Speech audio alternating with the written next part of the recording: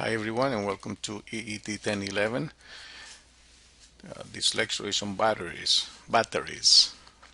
Okay, it's chapter 12 of our textbook, and the topics that we're going to cover in this lecture will be an introduction to batteries, the voltaic cell, common types of primary cells, lead acid wet cells, additional types of secondary cells,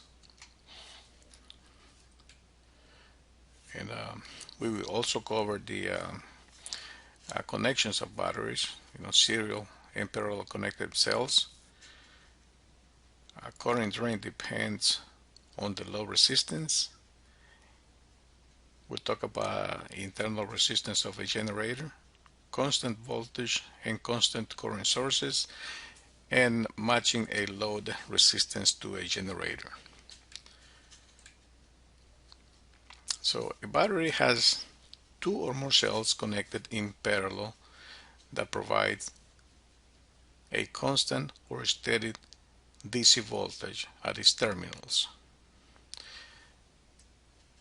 And this voltage is produced by the chemical reactions inside the cells.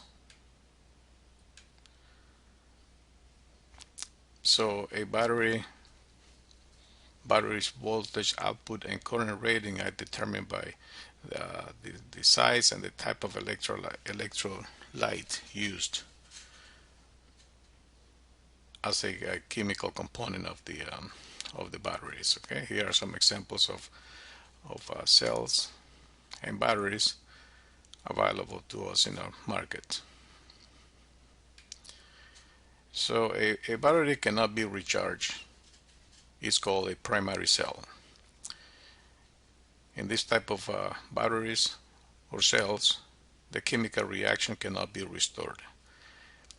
Secondary cells, or also called storage cells, these are rechargeable cells or batteries. Okay, in other words, the chemical reaction for this type of cells is reversible.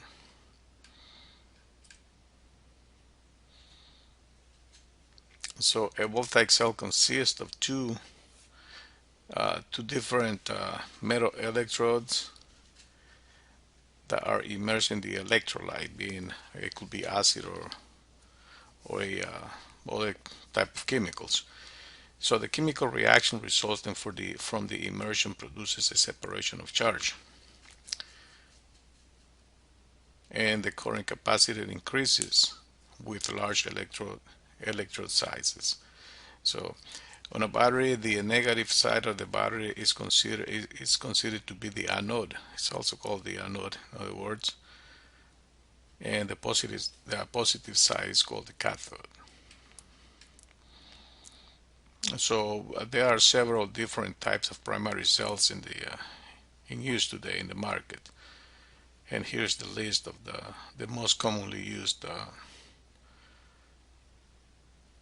primary cells. Remember, primary cells are the cells that cannot be rechargeable, so disposable batteries basically. So one of the most widely used cells in the market is the carbon zinc dry cells. This is one of the most popular primary cells. So a typical, very widely used is the AAA batteries or the AA batteries, the small batteries that we buy for our electronic devices. These batteries or these cells, the negative side or the anode is made out of zinc, and the positive side of the battery, the positive terminal, is made out of carbon. They provide about 1.5 volts.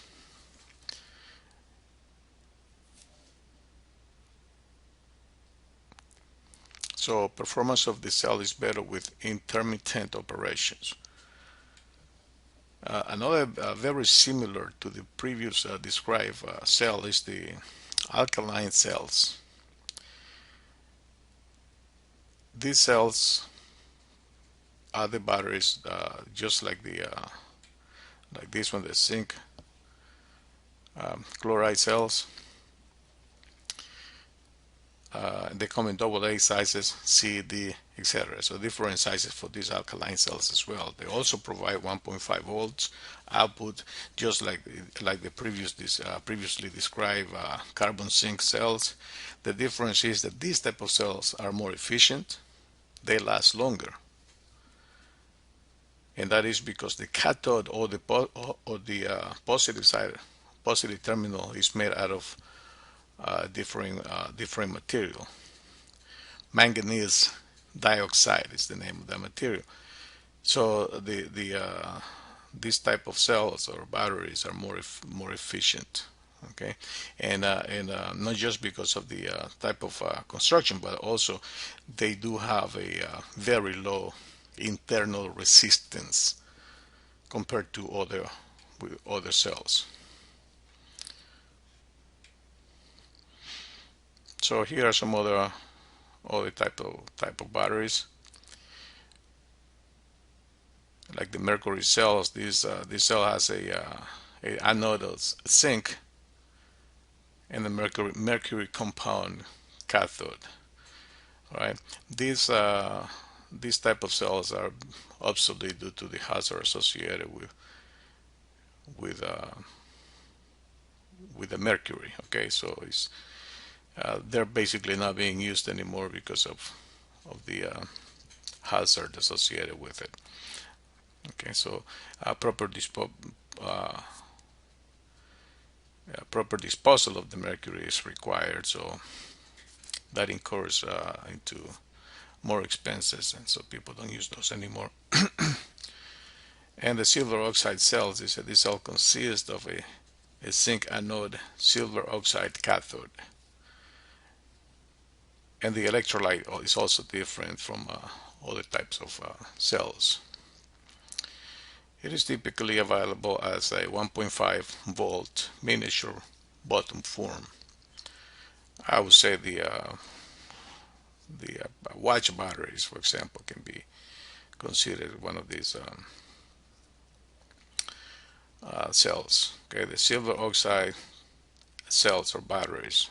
Widely applications for this type of cells are listed here as in hearing aids, equipment, cameras, and watches. Those are typical applications for this type of batteries.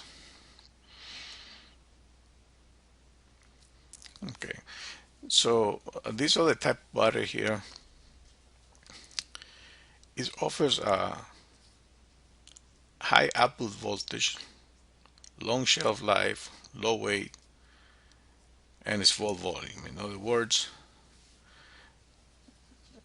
they're they got everything you need in a battery, right? So they provide high voltage. They last a long time.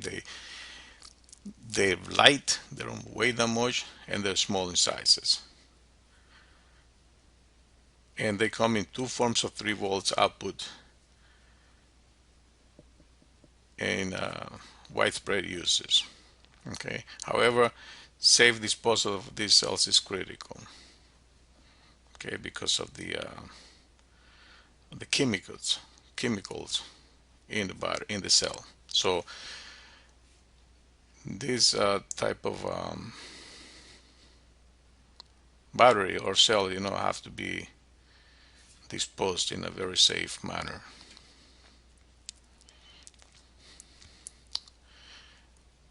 Lead acid wet cells.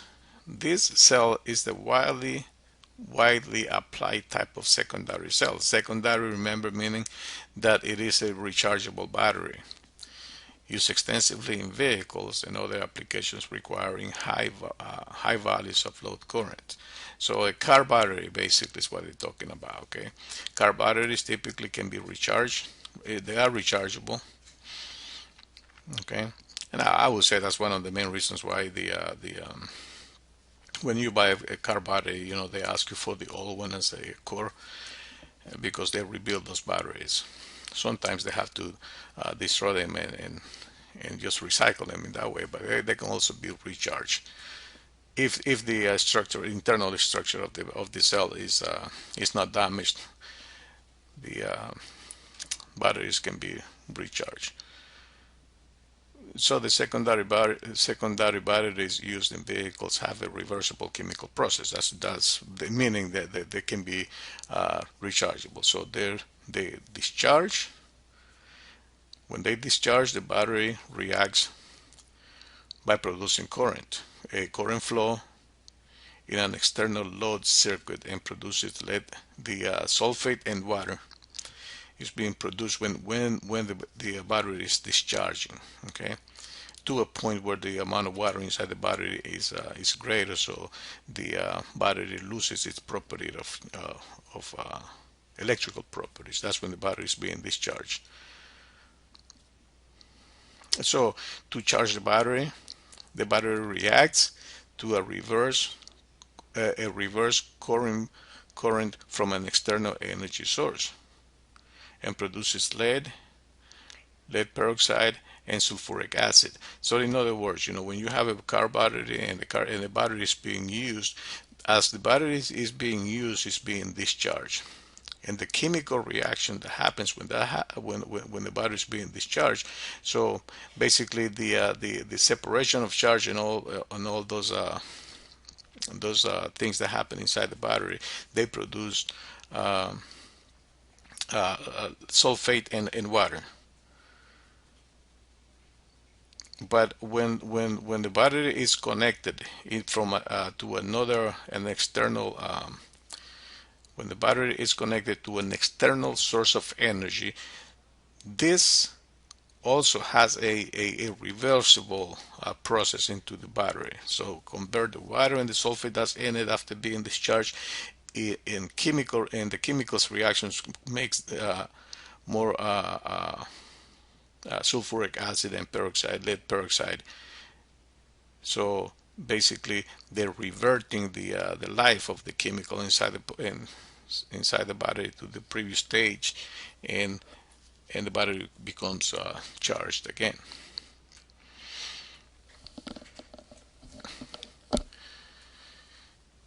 So lead acid batteries are rated in terms of how much discharge current they can supply for a specific amount of time.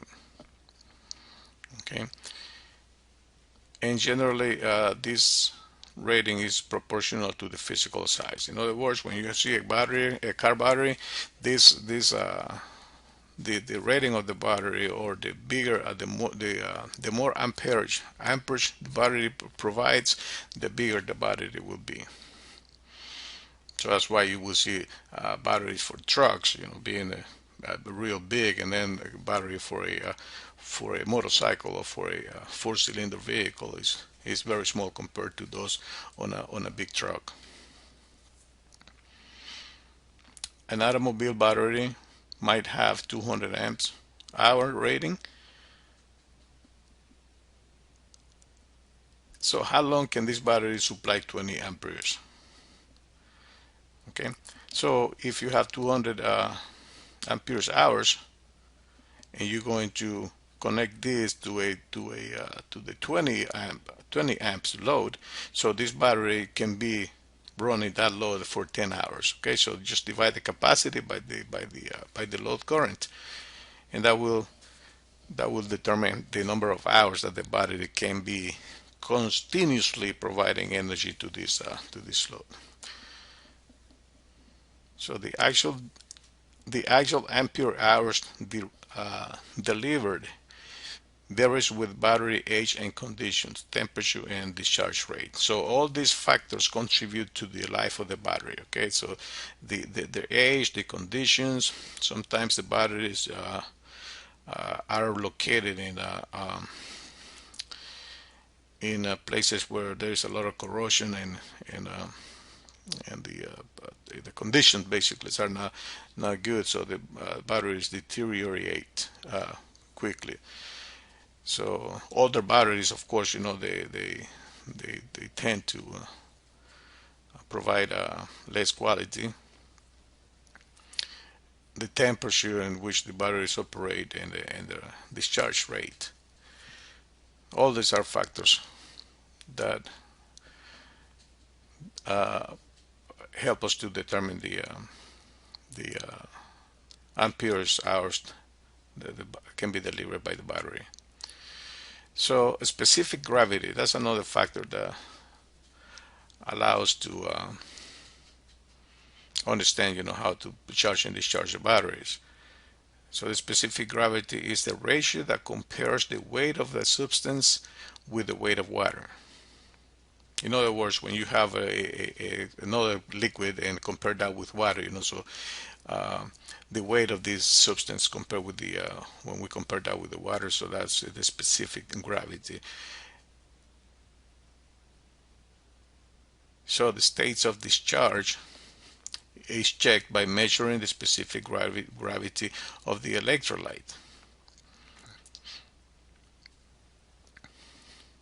So when we say the states of discharge, meaning how to determine how much charge is left in the battery. So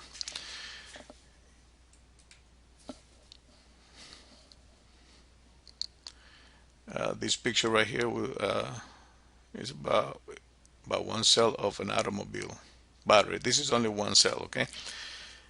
An automobile battery have multiple cells inside of it, and this is what happened, right? So when we connect the battery to a load, this right here is being the load right here. So you connect the plus and the minus here, the terminals, the anode and the minus and the plus, the anode and cathode respectively. The battery starts charging when it's connected to a load. Okay, so what happened is that as the battery discharge, more water is formed. Okay, so lowering the specific gravity of the electrolyte. Electrolyte is the chemicals inside the battery. So when this is discharging, the chemical reactions is producing water, and the more water inside the battery, basically the less electrolyte there.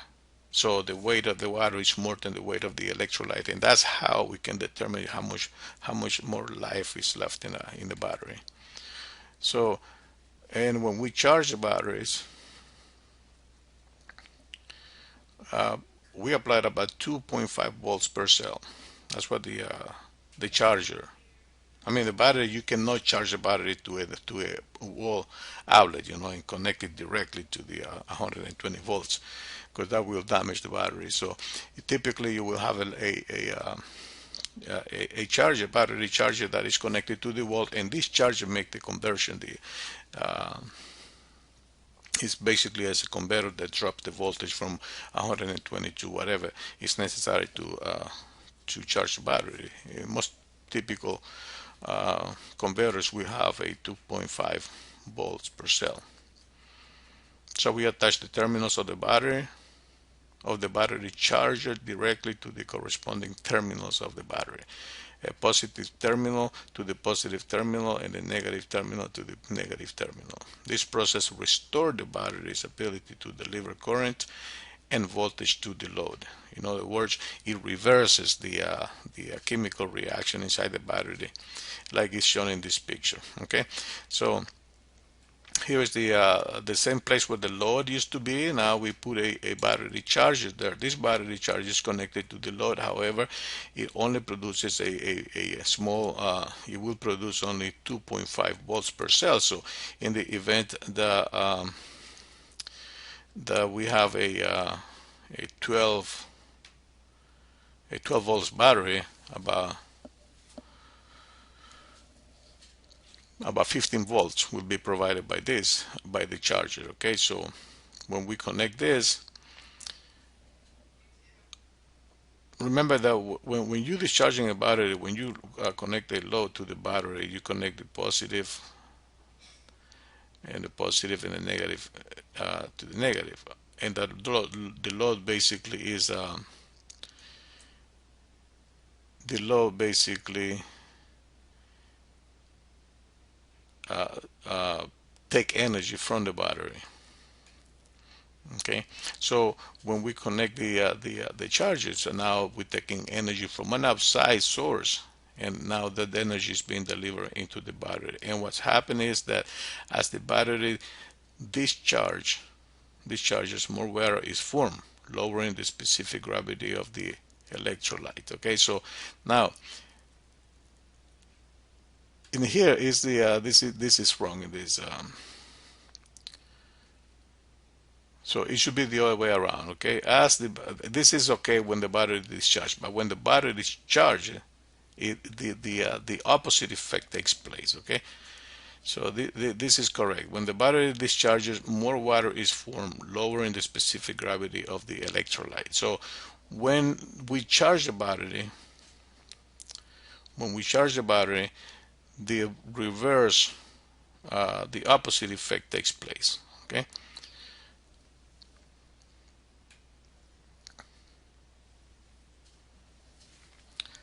and this type of batteries here, the nickel cadmium, this type of cells deliver high current. It can be recharged many times. It can be stored for long periods of time, and the applications include portable power tools, alarm systems, portable radios, and TV equipment. So these are those type of batteries that are actually pricey, sometimes, but it's just they're just secondary cells, rechargeable batteries.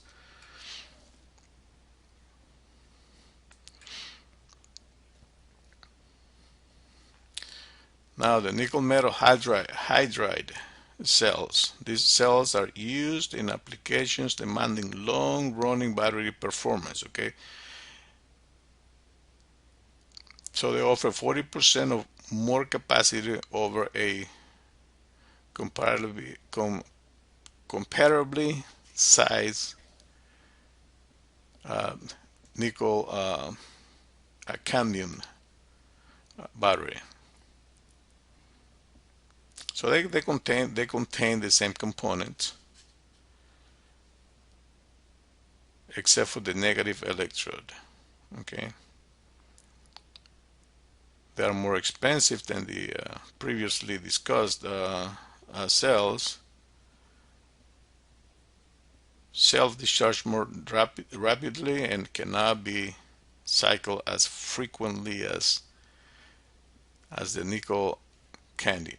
Okay, so basically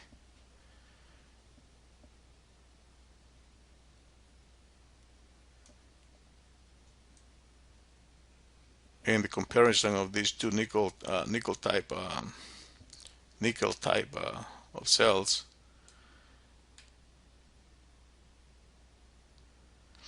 this one has more capacity. We have the nickel iron or also called the Edison cell. These cells were once used in industrial truck and railway applications. They are now almost obsolete due to lead acid batteries. Okay, so basically these are the batteries that we were using before, in vehicles, and before the lead acid or the current car battery that we use nowadays became popular. Nickel zinc cells. These cells were previously used in some railway applications as well. Their high energy density created interest in the application of applications to electric car. They have limited life cycles for charging. Fuel cells. A fuel cell is an electrochemical device that converts chemicals such as hydrogen or oxygen into water and produces electricity in the process.